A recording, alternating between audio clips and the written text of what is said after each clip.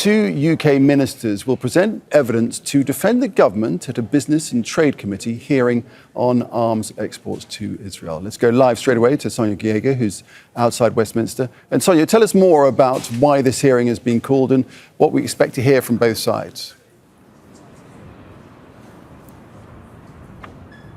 Well, it's becoming more of a process where the British export licenses, the arms licenses to Israel, are coming under increased scrutiny, and not least because there was that letter that was signed among them by former justices of the Supreme Court that questions what the UK's role is in this and what it can do to avoid any accusations of playing any part in breaching international humanitarian law.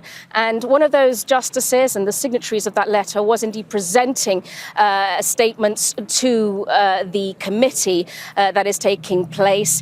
And he said basically that the arguments hinge on two accounts, whether it's ascertaining on looking at the findings of the provisional findings of the ICJ that were made on the 26th of January, looking at how Palestinians are a distinct group who are perfectly entitled to protection, and also the scale of civilian loss and the damage that is also being done to civilian structure. Now, there is, in his words, evidence of a genocidal intent with regard to statements that have been made from members of the Israeli government. And the facts and the circumstances would seem to apply to what the ICJ have put in that provisional account. Now, that, of course, was countered by lawyers for Israel, and Natasha Hausdorff was presenting that argument, putting questions on the plausibility of that civilian count, stating that up to a third of the casualties could not be accounted for,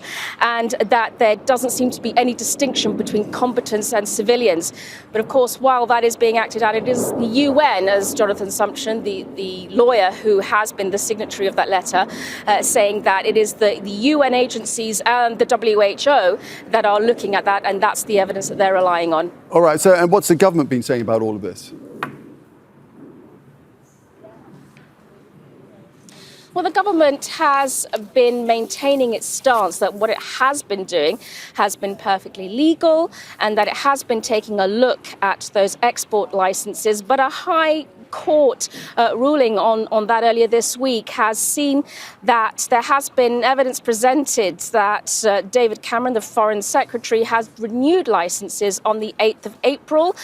There was a letter that stated that certainly the processes could be improved, and that is certainly being questioned by other ministers of the government, stating that there certainly isn't any international consensus that such careful look at these export licenses would indeed be able to prevent the UK from being drawn into accusations of partaking in any potential breaches of international humanitarian law. And looking at countries such as Italy, which have already suspended those export licenses, it is stressing that the UK would need to look more at what it is doing and how it is continuing to sell those licenses without breaching those laws.